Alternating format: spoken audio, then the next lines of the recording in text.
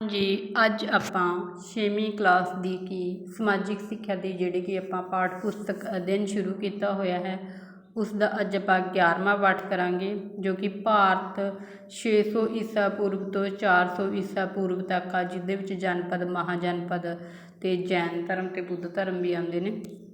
शुरू करते आपां जिहड़े इंपॉर्टेंट लाइनां होणगियां उन्हां नूं आपां रिविजन करांगे उन्हां दी। जनपद ਅਤੇ महाजनपद उत्तरी भारत ਵਿੱਚ 600 ਈਸਾ ਪੂਰਵ ਦੇ ਲਗਭਗ ਕਈ ਗਣਤੰਤਰ ਅਤੇ ਰਾਜਤੰਤਰ ਰਾਜਾਂ ਦੀ ਸਥਾਪਨਾ ਹੋਈ ਜਿਸ ਦੇ ਨਾਲ ਹੀ ਭਾਰਤੀ ਇਤਿਹਾਸ ਦੇ ਇੱਕ ਮਹੱਤਵਪੂਰਨ ਯੁੱਗ ਦਾ ਆਰੰਭ ਹੋਇਆ। 600 ਈਸਾ ਪੂਰਵ ਦੇ ਨਾਲ ਉੱਤਰੀ ਭਾਰਤ ਵਿੱਚ ਗਣਤੰਤਰ ਅਤੇ ਰਾਜਤੰਤਰ ਰਾਜਾਂ ਦੀ ਸਥਾਪਨਾ ਹੋਈ ਸੀ। ਇਸ ਦੇ ਨਾਲ ਹੀ ਮਹੱਤਵਪੂਰਨ ਯੁੱਗ ਦਾ ਆਰੰਭ ਹੋ ਗਿਆ ਸੀ। ਜ਼ਿਆਦਾ ਤਾਕਤਵਰ ਰਾਜਾਂ ਨੂੰ ਕੀ ਕਿਹਾ ਜਾਂਦਾ ਸੀ? ਮਹਾਜਨਪਦ। ਬੌਧ ਅਤੇ ਜੈਨ ਸਾਹਿਤ ਵਿੱਚ ਇਹਨਾਂ ਦੀ ਗਿਣਤੀ ਹੈ ਜਿਹੜੀ 16 ਦੱਸੀ ਗਈ ਹੈ। ਜਿਹੜੇ ਮਹਾਜਨਪਦ ਸਨ ਬੁੱਧ ਅਤੇ ਜੈਨ ਸਾਹਿਤ ਦੇ ਵਿੱਚ 16 ਇਹਨਾਂ ਦੀ ਮਹਾਜਨਪਦਾਂ ਦੀ ਸੰਖਿਆ ਦੱਸੀ ਗਈ ਹੈ। ਇਸ ਲਈ ਇਹਨਾਂ ਨੂੰ 16 ਜਨਪਦ ਜਾਂ ਸੋਡਸ ਕਿਹਾ ਜਾਂਦਾ ਹੈ। ਸਵਾਲ ਕਿਵੇਂ ਬਣ ਕੇ ਆ ਸਕਦਾ ਹੈ ਕਿ ਬੁੱਧ ਅਤੇ ਜੈਨ ਸਾਹਿਤ ਵਿੱਚ ਮਹਾਜਨਪਦਾਂ ਦੀ ਕਿੰਨੀ ਗਿਣਤੀ ਦੱਸੀ ਗਈ ਹੈ? ਤਾਂ 16 ਇਹਨਾਂ ਨੂੰ ਕੀ ਕਿਹਾ ਜਾਂਦਾ ਹੈ? 16 ਜਨਪਦ ਜਾਂ ਸੋਡਸ ਜਨਪਦ ਦਾ ਨਾਮ ਦਿੱਤਾ ਹੈ। ਕਾਸ਼ੀ ਕੌਸ਼ਲ ਅੰਗਵੰਤੀ ਮਗਧ ਜ਼ਿਆਦਾ ਮਹੱਤਵਪੂਰਨ ਮਹਾਜਨਪਦ ਸਨ। ਇਹਨਾਂ ਦੀਆਂ ਰਾਜਧਾਨੀਆਂ ਕਰਮਵਾਰ ਵਾਰਾਣਸੀ ਅਯੋਧਿਆ ਜੈਸਾਕੇਤ ਚੰਪਾ ਕੋਸਾਂਬੀ ਉਜੈਨ ਅਤੇ ਰਾਜਗ੍ਰਹਿ ਸਨ। ਗਣਰਾਜਾਂ ਵਿੱਚੋਂ ਮੱਲ ਅਤੇ ਵੱਜੀ ਜਿਹੜੇ ਸੀ ਪ੍ਰਸਿੱਧ ਸੀ। ਸਭ ਤੋਂ ਪ੍ਰਸਿੱਧ ਗਣਰਾਜ ਕਿਹੜੇ ਸੀ? ਮੱਲ ਅਤੇ ਵੱਜੀ। ਅਤੇ ਵੱਜੀ ਗਣਰਾਜ ਵਿੱਚ 8 ਕੁਲਾਂ ਦਾ ਸੰਘ ਸੀ। ਸਵਾਲ ਕਿਵੇਂ ਆ ਸਕਦਾ ਕਿ ਕਿਹੜਾ ਜਿਹੜਾ ਕਿ ਕੁੱਲ ਸੀ ਜਿਹੜੀ ਕਿ 8 ਕੁਲਾਂ ਦਾ ਜਿਹੜਾ ਕਿਹੜਾ ਗਣਰਾਜ ਜਿਹੜਾ 8 ਕੁਲਾਂ ਦਾ ਸੰਘ ਸੀ? ਵੱਜੀ ਆਊਗਾ। ਵਿਸ਼ਾਲੀ ਦੇ ਲਿਛਵੀ ਵੱਜੀ ਸੰਘ ਦੇ ਇੱਕ ਮਹੱਤਵਪੂਰਨ ਕੁੱਲ ਸਨ। ਬਾਕੀ ਜਨਪਦਾਂ ਵਿੱਚੋਂ ਕਰੂ ਪੰਚਾਲ ਮੱਤ ਸੂਰਸੇਨ ਅਸਮਕ ਚੇਦੀ ਕੰਧਾਰ ਅਤੇ ਕੰਬੋਜ ਦੇ ਨਾਮ ਪ੍ਰਸਿੱਧ ਹਨ। ਇਹਨਾਂ ਰਾਜਾਂ ਵਿੱਚ ਆਪਸੀ ਵਿਆਹ ਦੇ ਰਿਸ਼ਤੇ ਹੁੰਦੇ ਸਨ ਪਰੰਤੂ ਨਾਲ ਹੀ ਸ਼ਕਤੀ ਲਈ ਲੜਾਈਆਂ ਵੀ ਹੁੰਦੀਆਂ ਰਹਿੰਦੀਆਂ ਸਨ। ਇਹ ਕਿ ਜਿਹੜੇ ਨੇ ਉਹਨਾਂ ਦੇ 16 ਜਨਪਦਾਂ ਦੇ ਨਾਮ ਦੱਸੇ ਗਏ ਨੇ। ਇੱਧਰ ਆਪਾਂ ਡੱਬੇ ਦੇ ਵਿੱਚ ਪੜ੍ਹਦੇ ਹਾਂ। ਅੰਗ ਕਾਸੀ ਵੱਜੀ ਚੇਦੀ ਕਰੂ ਮਤ ਅਸਮਕ ਕੰਧਾਰ ਮਗਧ ਕੌਸ਼ਲ ਮੱਲ ਵਤਸ ਪੰਚਾਲ ਸੂਰਸੇਨ ਅਵੰਤੀ ਕੰਬੋਜ ਇਹ ਸਨ ਜਿਹੜਾ 16 ਮਹਾਜਨਪਦ ਸਨ। ਹੁਣ ਆਪਾਂ ਇਹਨਾਂ ਸਾਰਿਆਂ ਦੇ ਵਿੱਚੋਂ ਇੰਪੋਰਟੈਂਟ ਕੀ ਆ? ਮਗਧ ਦਾ ਜਿਹਦਾ ਕਿ ਜ਼ਿਆਦਾ ਵਿਕਾਸ ਹੋਇਆ ਉਹ ਪੜ੍ਹਦੇ ਹਾਂ ਆਪਾਂ।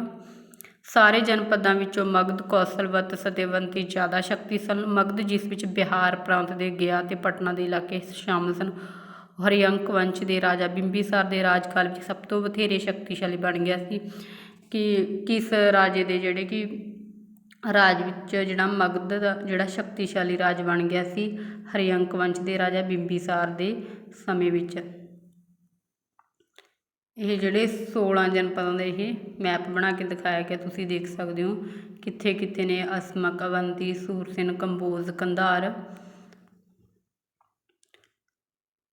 ਪ੍ਰਸ਼ਨ ਨੰਬਰ ਅੱਗੇ ਪੜ੍ਹਦੇ ਹਾਂ ਆਪਾਂ। ਬਿੰਬੀਸਾਰ ਨੇ 543 ਤੋਂ 492 ਈਸਾ ਪੂਰਵ ਤੱਕ ਰਾਜ ਕੀਤਾ। ਇਹਦਾ ਬਿੰਬੀਸਾਰ ਦਾ ਇਹ ਸਮਾਂ ਹੈ 543 ਤੋਂ 492 ਈਸਾ ਪੂਰਵ।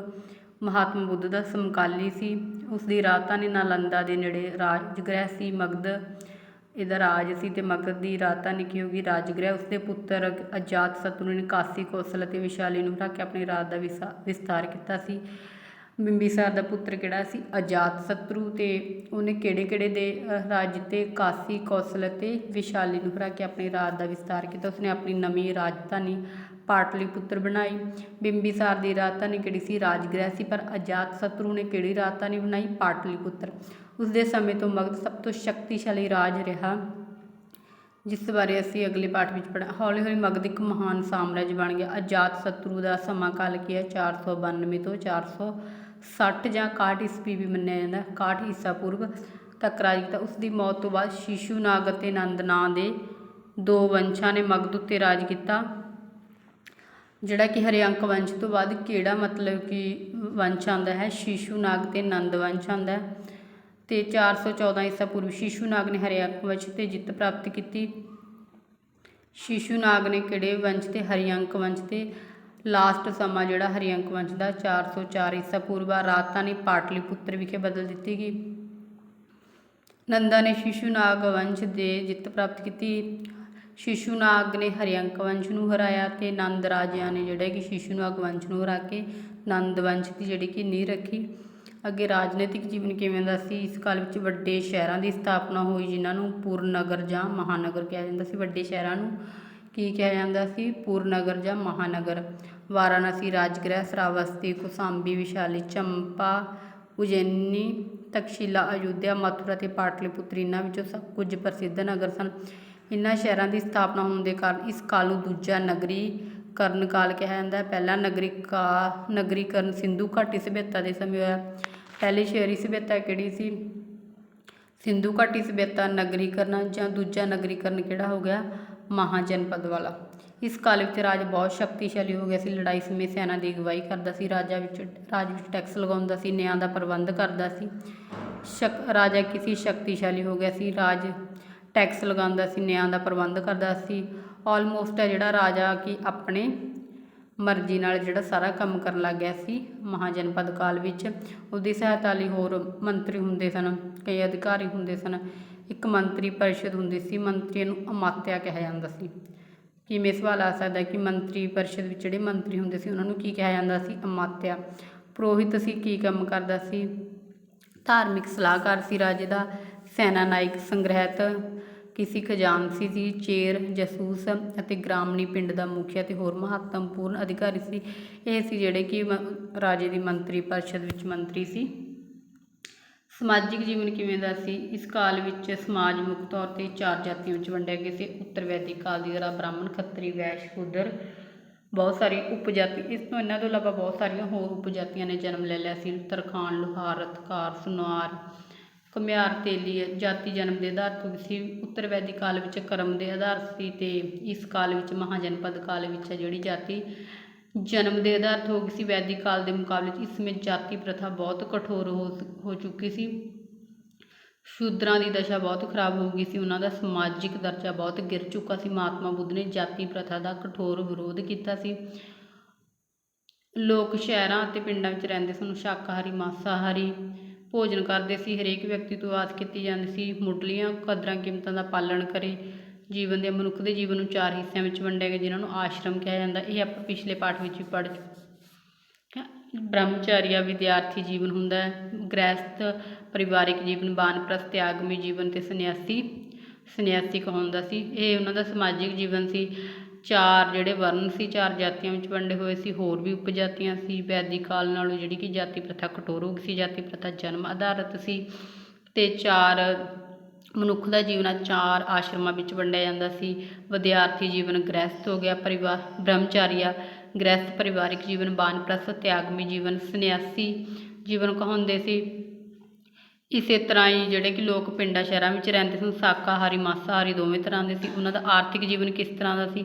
ਖੇਤੀਬਾੜੀ, ਪਸ਼ੂ ਪਾਲਣ ਲੋਕਾਂ ਦਾ ਕਿੱਤਾ ਸੀ। ਆਮ ਤੌਰ 'ਤੇ ਕਿਸਾਨ ਜ਼ਮੀਨ ਦਾ ਮਾਲਕ ਹੁੰਦਾ ਸੀ, ਪਰ ਕਿਸਾਨ ਦੀ ਆਪਣੀ ਜ਼ਮੀਨ ਨਹੀਂ ਹੁੰਦੀ ਸੀ। ਦੂਜਿਆਂ ਦੇ ਖੇਤਾਂ ਵਿੱਚ ਕੰਮ ਕਰਦੇ ਸਨ। ਅਨਾਜ ਉਗਾਉਂਦੇ ਸਨ ਕਈ ਤਰ੍ਹਾਂ ਦਾ। ਹੋਰ ਕਿੱਤਿਆਂ ਵਿੱਚ ਜਿਵੇਂ ਸ਼ਿਲਪ ਵਪਾਰ ਦੇ ਕਿੱਤੇ ਮੁੱਖ ਸਨ। ਲੱਕੜੀ ਦਾ ਕੰਮ, ਮਿੱਟੀ ਦੇ ਭਾਂਡੇ ਬਣਾਉਣਾ, ਐਵੇਂ ਦੇ ਉਹਨਾਂ ਦੀ ਚਮੜੀ ਦਾ ਕੰਮ, ਕਤਾਈ, ਬੁਣਾਈ, ਕਿਸ਼ਤੀਆਂ ਬਣਾਉਣਾ, ਹਾਰ ਬਣਾਉਣਾ, ਲੁਹਾਰ, ਸੁਨਾਰ ਦਾ ਕੰਮ, ਹਾਥੀ ਦੰਦ ਦਾ ਕੰਮ, ਅਨੇਕ ਕਿੱਤੇ ਲੋਕਾਂ ਦੁਆਰਾ ਕੀਤੇ ਜਾਂਦੇ ਸਨ। ਕੁਝ ਲੋਕ ਸ਼ਿਕਾਰ, ਮੱਛੀ ਫੜਨਾ, ਨਾਚ ਗਾਣਾ, ਨਾਟਕ, ਸਪੇਰੇ ਦਾ ਦੁਆਰਾ ਕੰਮ ਕਰਦੇ ਸਨ। ਇਹ ਉਹਨਾਂ ਦੀ ਜਿਹੜੀ ਕਿ ਕਲਾ ਸੀ ਜਾਂ ਆਪਣਾ ਕਿੱਤਾ ਕਹਿ ਸਕਦੇ ਹਾਂ, ਜਿਹਦੇ ਨਾਲ ਆਪਣਾ ਆਰਥਿਕ ਹਿੱਲਾ ਬਣਾਇਆ ਹੋਇਆ ਸੀ ਉਹਨਾਂ ਨੇ ਪੈਸੇ ਕਮਾਉਣ ਦਾ। ਇੱਕ ਹੀ ਵਪਾਰ ਵਿੱਚ ਲੱਗੇ ਲੋਕ ਆਪਣੇ ਗੁੱਟ ਬਣਾਉਂਦੇ ਸਨ।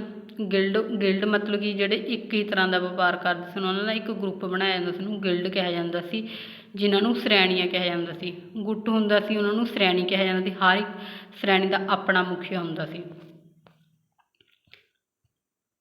ਦੇਸ਼ ਦੇ ਵੱਖ-ਵੱਖ ਹਿੱਸਿਆਂ ਦੇ ਵਿਦੇਸ਼ਾਂ ਨਾਲ ਵਪਾਰ ਕੀਤਾ ਜਾਂਦਾ ਸੀ ਪਹਿਲਾਂ ਵਾਂਗ, ਜਿਵੇਂ ਕਿ ਸਿੰਧੂ ਘਾਟੀ ਸੱਭਿਅਤਾ ਦਾ ਮੈਸੋਪੋਟਾਮੀਆ ਨਾਲ ਵਪਾਰ ਸੀ। ਸੜਕਾਂ ਦਾ ਜਾਲ ਵਿਛਿਆ ਹੋਇਆ ਸੀ। ਰਸਤੇ ਬੰਦਰਗਾਹ ਤੱਕ ਜਾਂਦੇ ਸਨ। ਕਈ ਵਿਦੇਸ਼ੀ ਮਾਰਗਾਂ ਨਾਲ ਜੁੜੇ ਸਨ। ਸਮੁੰਦਰ, ਨਦੀਆਂ, ਮਾਲ ਜਹਾਜ਼ਾਂ, ਕਿਸ਼ਤੀਆਂ ਰਾਹੀਂ ਵੀ ਲਿਜਾਇਆ ਜਾਂਦਾ ਸੀ। ਵਪਾਰੀਆਂ ਦੇ ਗੁੱਟ, ਜਿਨ੍ਹਾਂ ਨੂੰ ਸਾਰਥਵਾਹ ਕਿਹਾ ਜਾਂਦਾ ਸੀ। ਵਪਾਰੀਆਂ ਦੇ ਗੁੱਟ, ਇੱਕ ਵਪਾਰੀਆਂ ਦਾ ਗੁੱਟ ਹੁੰਦਾ ਸੀ। ਜਿਹੜਾ ਗੁੱਟ ਸੀ ਉਸਨੂੰ ਸ਼੍ਰੇਣੀ ਕਿਹਾ ਜਾਂਦਾ ਸੀ। ਫਿਰ ਅੱਗੇ ਜਿਹੜਾ ਗੁੱਟ ਵਪਾਰੀਆਂ ਦਾ ਜਿਹੜਾ ਅੱਗੇ ਗੁੱਟ ਬਣਾਇਆ ਜਾਂਦਾ ਸੀ, ਉਸ ਜਿਨ੍ਹਾਂ ਨੂੰ ਸਾਰਥਵਾਹ ਕਹਿੰਦੇ ਸਨ, ਵਸਤੂਆਂ ਨੂੰ ਵਪਾਰ ਲਈ ਇੱਕ ਥਾਂ ਤੋਂ ਦੂਜੀ ਥਾਂ ਲੈ ਜਾਂਦੇ ਸਨ। ਭਾਰਤੀ ਵਸਤੂਆਂ ਦੀ ਵਿਦੇਸ਼ਾਂ ਵਿੱਚ ਬੜੀ ਮੰਗ ਸੀ। ਵਸਤੂਆਂ ਦੀ ਖਰੀਦ ਵੇਚ ਤੇਲ, ਤਾਂਬੇ ਅਤੇ ਚਾਂਦੀ ਦੇ ਸਿੱਕੇ ਵਰਤੇ ਜਾਂਦੇ ਸਨ। ਇਹ ਸਿੱਕੇ ਇੱਕ ਨਿਸ਼ਚਿਤ ਵਜ਼ਨ ਦੇ ਅਨੁਸਾਰ ਬਣਾਏ ਜਾਂਦੇ ਸਨ। ਕੋਈ ਇੱਕ ਆਕਾਰ ਨਹੀਂ ਹੁੰਦਾ ਸੀ। ਇਹਨਾਂ ਉੱਤੇ ਭਾਂਤ ਦੀਆਂ ਸ਼ਕਲਾਂ ਦੇ ਠੱਪੇ ਲਾਏ ਜਾਂਦੇ ਸਨ। ਇਹਨਾਂ ਨੂੰ ਆਹਤ ਜਾਂ ਠੱਪੇਦਾਰ ਸਿੱਕਿਆਂ ਦੇ ਨਾਲ ਜਾਣਿਆ ਜਾਂਦਾ ਹੈ। ਆਹਤ ਜਾਂ ਹੁਣ ਠੱਪੇਦਾਰ ਸਿੱਕੇ ਕਿਹੜੇ ਕਾਲ ਵਿੱਚ ਸਨ? ਮਹਾਂਜਨਪਦ ਕਾਲ ਵਿੱਚ 600 ਈਸਾ ਪੂਰਵ ਤੋਂ 400 ਈਸਾ ਪੂਰਵ ਵਿੱਚ। ਲੋਕ ਰਾਜੇ ਨੂੰ ਕਰ ਦਿੰਦੇ ਸਨ, ਆਮ ਤੌਰ 'ਤੇ ਫਸਲ ਦਾ 6ਵਾਂ ਹਿੱਸਾ। ਹੁਣ ਕਰ ਦੀ ਸਥਿਤੀ ਕੀ ਹੈ? 1/6 ਹਿੱਸਾ ਜਿਹੜਾ ਕਰ ਦੇ ਰੂਪ ਵਿੱਚ ਦਿਆ ਜਾਂਦਾ ਸੀ। ਕਾਰਖਾਨਿਆਂ ਵਿੱਚ ਬਣੇ ਮਾਲ ਵਪਾਰ ਉੱਤੇ ਵਸਤੂ ਮੁੱਲ ਅਨੁਸਾਰ ਹੁੰਦੇ ਸੀ। ਹਾਂ, ਅਸੀਂ ਅੱਜ ਇਹ ਆਪਾਂ ਮਹਾਂਜਨਪਦ ਕਾਲ ਬਾਰੇ ਪੜ੍ਹਿਆ। ਇੰਨਾ ਕੁ ਅੱਗੇ ਆਪਾਂ ਕਾਫੀ ਲੰਮੀ ਵੀਡੀਓ ਹੋ ਜੂਗੀ। ਅੱਗੇ ਆਪਾਂ ਕੱਲ੍ਹ ਨੂੰ ਜੈਨ ਧਰਮ ਬਾਰੇ ਅਤੇ ਬੁੱਧ ਧਰਮ ਬਾਰੇ ਪੜ੍ਹਾਂਗੇ। ਇੱਥੋਂ ਤੱਕ ਹੀ ਅੱਜ ਦੀ ਕਰਾਂਗੇ। ਹਾਂਜੀ, ਕਿਵੇਂ ਦੀ ਲੱਗੀ ਬੁੱਕ ਰੀਡਿੰਗ, ਅਤੇ ਕਮੈਂਟ ਕਰਕੇ ਜ਼ਰੂਰ ਦੱਸਿਓ ਕਿ ਸਮਝ ਆਈ ਜਾਂ ਨਹੀਂ ਆਈ। ਹੋਪ ਸੋ ਸਾਰਿਆਂ ਨੂੰ ਸਮਝ ਆ ਗਈ ਹੋਵੇਗੀ। ਅਗਰ ਕੋਈ ਵੀ ਜੇ ਨਹੀਂ ਸਮਝ ਆਈ ਕਿਸੇ ਲਾਈਨ ਦੀ, ਕਿਸੇ ਪ੍ਰਸ਼ਨ ਉੱਤਰ ਦੀ, ਤਾਂ ਕਮੈਂਟ ਦੇ ਵਿੱਚ ਦੱਸ ਦਿਆ ਕਰੋ। ਆਪਾਂ ਅਗਲੀ ਵੀਡੀਓ ਦੇ ਵਿੱਚ ਉਹੀ ਜਿਹੜਾ ਕਿ ਤੁਹਾਡਾ ਟੌਪਿਕ ਹੋਊਗਾ ਸਮਝਾ ਦੇਵਾਂਗੇ। Thank you.